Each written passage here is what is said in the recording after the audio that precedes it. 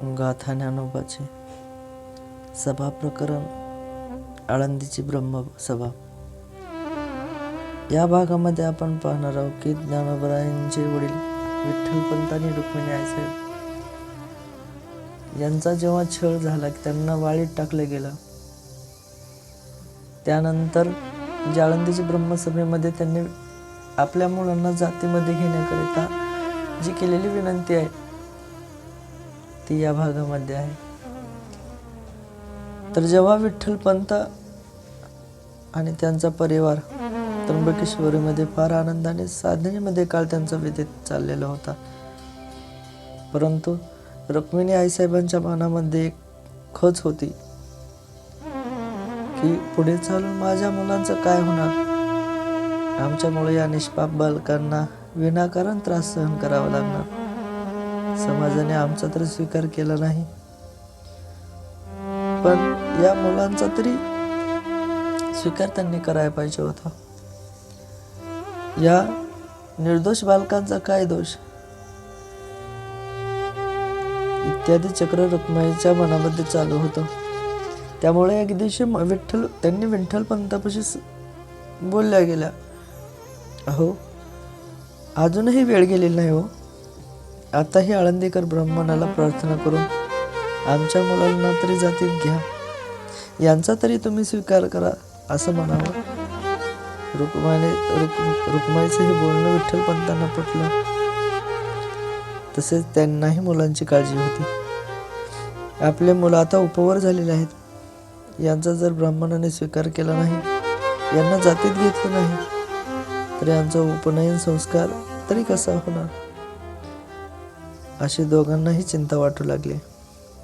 झाली उपवर व्रत बंधा योग्य, उभयता उद्वेग चिंतातुर.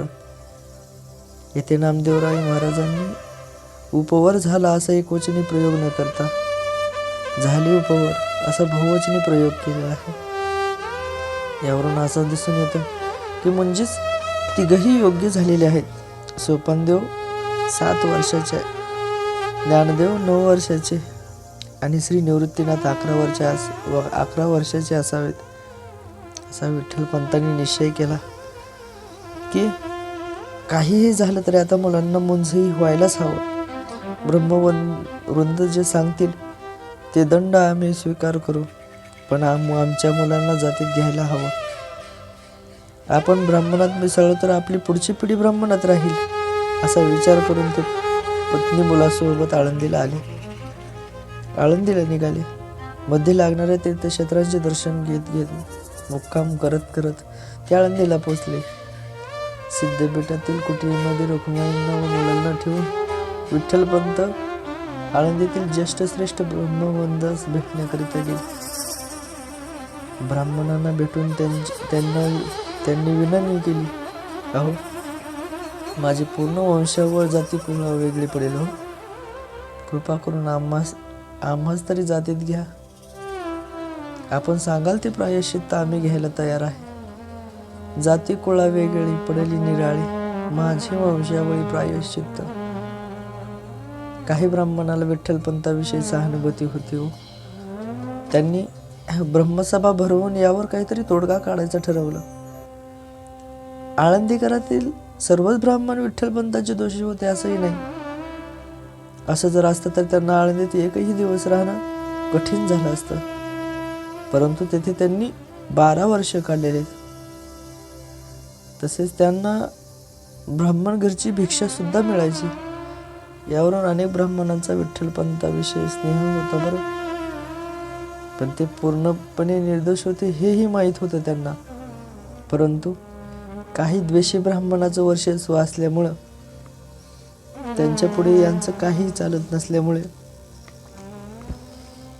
विठ्ठलपंतांनी जेव्हा मुलांच्या उपनयन संस्काराचा विषय काढला, तेव्हा त्यांनी धाडस करून सर्व द्विजवृंदांना एकत्रित करून एक ब्रह्मसभा भरवली. मिळवून द्विजा केली ब्रह्मसभा, क्षमा अपराध करी दिना. विठ्ठलपंत रुक्माई मुलासह सभेत येऊन एका अपराध्यासारखे तिथे उभे राहिले विठ्ठलपंतांनी सर्वांची क्षमा मागितली आणि म्हणाले, आपण जे सांगाल ते आम्ही सही जण मान्य करू. ते चूक किंवा बरोबर ही असो हे सुद्धा म्हणणार नाही, परंतु आम्हास शुद्ध करून पंक्ती पावन करून घ्या. निवृत्तीनाथ ब्राह्मणास म्हणाले की आपण तर साक्षात भूदेव आहेत. तुमच्या केवळ दर्शन मात्राने पतितांचा उद्धार होतो. मग आमच्यासारख्यांना साधे प्रायश्चित्त मिळू नये का? कृपा करून आम्हास पंक्ती पावन करून घ्या. सांगायला ते मान्य म्हणती साही जणे, सुची हे कारण पतितासी. निवृत्ती म्हणे, तुम्ही भूदेव प्रत्यक्ष दर्शनेची मुक्त जडमुडा. अशी प्रार्थना केल्यानंतर सर्व विद्वान ब्राह्मणास सभासद ग्रंथ पाहू लागले. पहा ती ग्रंथ सभाश्रेष्ठ महाजन, वैदिक शास्त्रज्ञ पुण्यलोक. त्यांनी सर्व धर्मशास्त्रे, पुराणे, उपपुराणे, यज्ञ, वाल्मिकीदी स्मृतिग्रंथ, इतरही स्मृतिग्रंथाचे आलोढन केले, परंतु यांना कोणतेही प्रायश्चित्त सांगावे याविषयी त्यांना निश्चय होईना. बरे, त्या सभेमध्ये सामान्य व अल्पज्ञ ब्राह्मण होते असेही म्हणता येणार नाही, कारण नामदेवराय महाराजांनी यावरील प्रमाणात सांगितलं आहे की तेथे अनेक विद्वान सभासद होते की ज्यांनी मर्मज्ञ विद्वान पंडित व पुण्यात्मे म्हणून ख्याती होती. अशा त्यांना एकही प्रायश्चित्त सापडू नये का? हे शक्य नाही. परंतु शेवटी त्यांनी अनेक विचार विनिमय करून आपापसात काही सल्लामसलत करून एक निर्णय दिला, परंतु तो अत्यंत कठीण होता. तो म्हणजे देहांत प्रायश्चित्त असे या बोलले. विचारोने भले हित करा.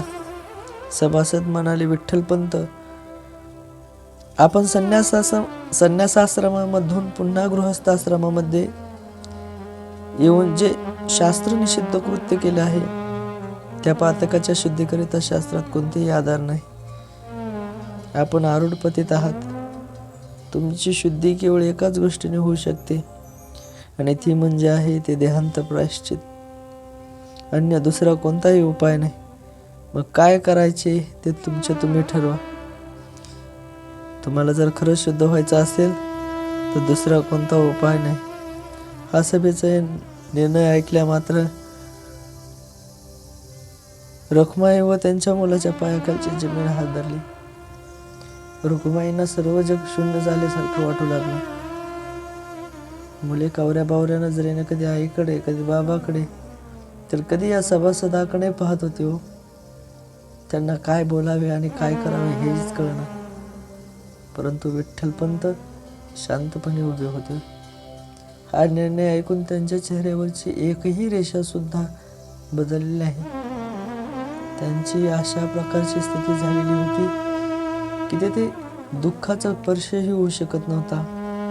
मग दुःखाच्या डोंगर जरी येऊन आदळले तरी ते विचलित होत नव्हते. मंगळमेरूपासून थोडे देह दुःखाचे निडोंगरे, दाटू झोपा पाडीभरी चित्त न दटे, का शस्त्रवरी तोडलिया, देह आगे माझी पडलिया, चित्त महासुखी पोहडलिया, चिवची नये. अशा प्रकारची स्थिती विठ्ठलपंतांची झालेली होती. सभाध्यक्षांचा हा निर्णय ऐकून केवळ काही वेळ संपूर्ण सभेमध्ये शांतता पसरलेली होती. कोणी काही बोलत नाही. हे पाहून शेवटी निवृत्तीनाथ म्हणाले, हो भूदेव, ही फारच कठोर शिक्षा आहे. हो, कृपा करून कोणता तरी दुसरा उपाय असेल तर सांगा. यावर सभासद म्हणाले, नाही, अन्य कोणताही उपाय नाही. स्वतःच्या देहाचा अंत्यसंस्कार करूनच ते शुद्ध होऊ शकतात. म्हणती द्विजवर अनेक नाही उपाव, संस्कारे वैश्वदेव केला शुद्ध. ब्राह्मणाचा हा निर्णय ऐकून यावर निवृत्ती ज्ञानदेवादी काही बोलतील त्या अगोदरच विठ्ठलपंत म्हणाले, श्रीपाद, म्हणती अवश्य करीना. देह हे दंडिना तापे, त्रिवेणी संगमी घाले न करवती, गेला पूर्वस्थिती वीत रागे. आपल्या आज्ञा शिरसावंद्य अवश्य देहांत प्रायश्चित्त घेऊन आपल्या आज्ञेचे पालन करीन. या नाशिवंत देहास त्रिवेणी संगमामध्ये लोटून तरी देईल, नाहीतर करवती खाली देऊन याचा अंत तरी करेल. असे म्हणून ते आपल्या पूर्वस्थितीमध्ये गेला पूर्वस्थिती वीतरागे. मग पूर्वस्थिती कोणती? तर पुन्हा गृहस्थाश्रमात प्रवेश करण्यापूर्वीची जी त्यांची संन्यासाची स्थिती होती, ती स्थिती येथे घेता येईल. कारण वर प्रमाणात वीतरागे म्हटलं आहे, म्हणजे त्यांनी सर्व प्रकारच्या आसक्तींचा त्याग केला. देह व देहासंबंधीच्या या सर्व विषयांची आसक्ती त्यांनी सोडून दिली, किंवा ते जन्मापासूनच संसाराविषयी अलिप्त व उदासीनच होते.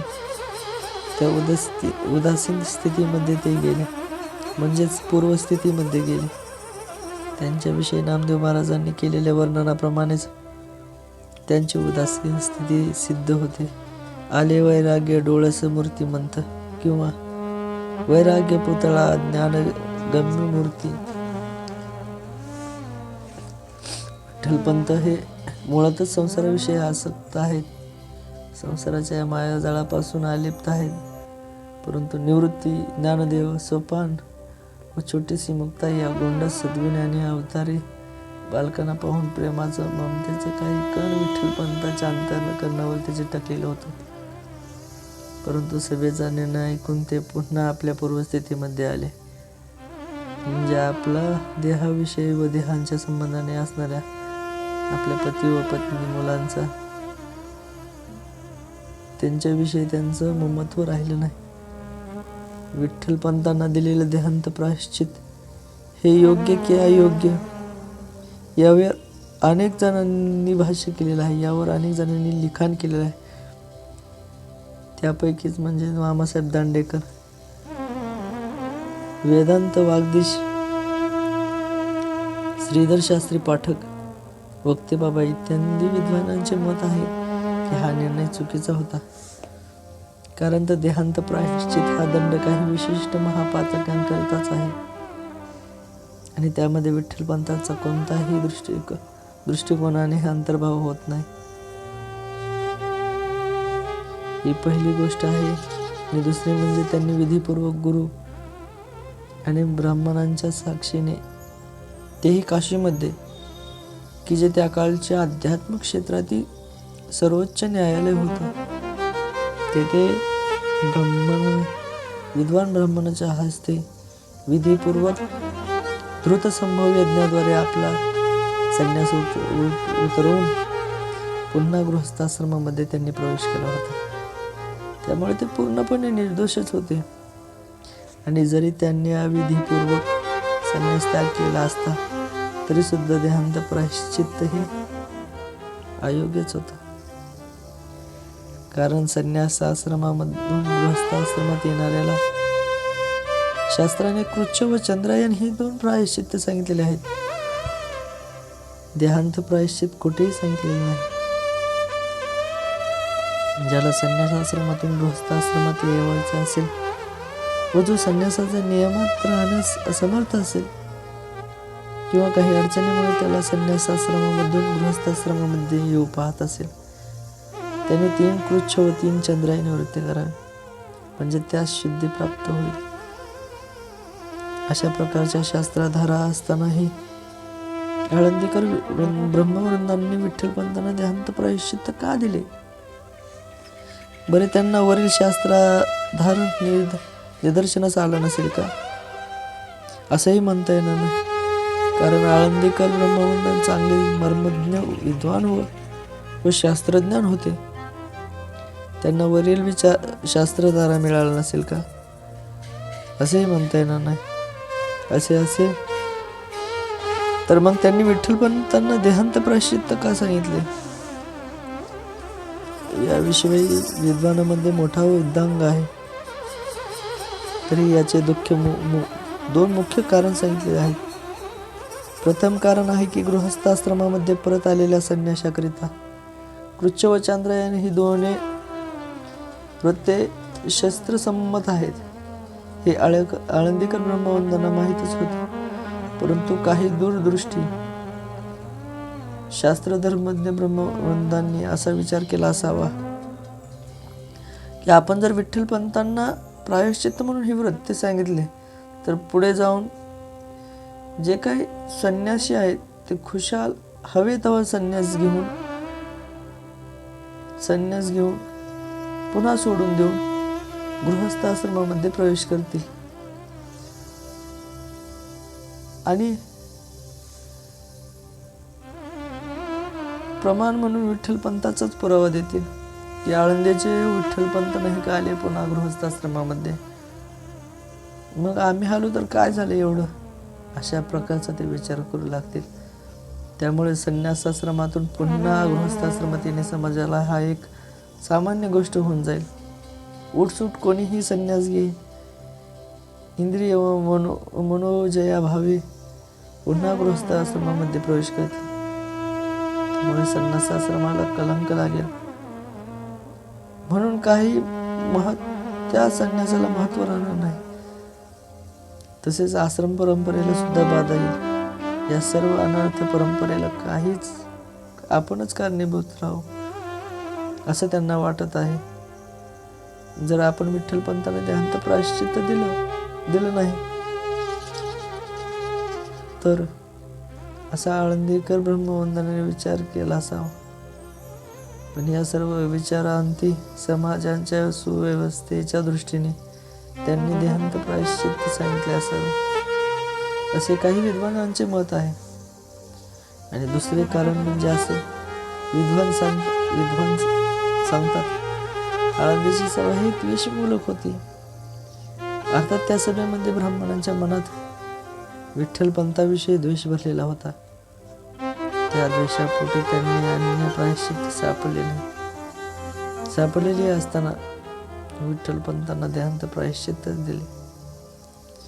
असे अनेक भिन्न भिन्न मते आहेत. देहांत प्रायश्चित्त योग्य की अयोग्य हा वाद नाही, कारण शास्त्रीयदृष्ट्या देहांत प्रायश्चित्त हे चुकीचेच आहे.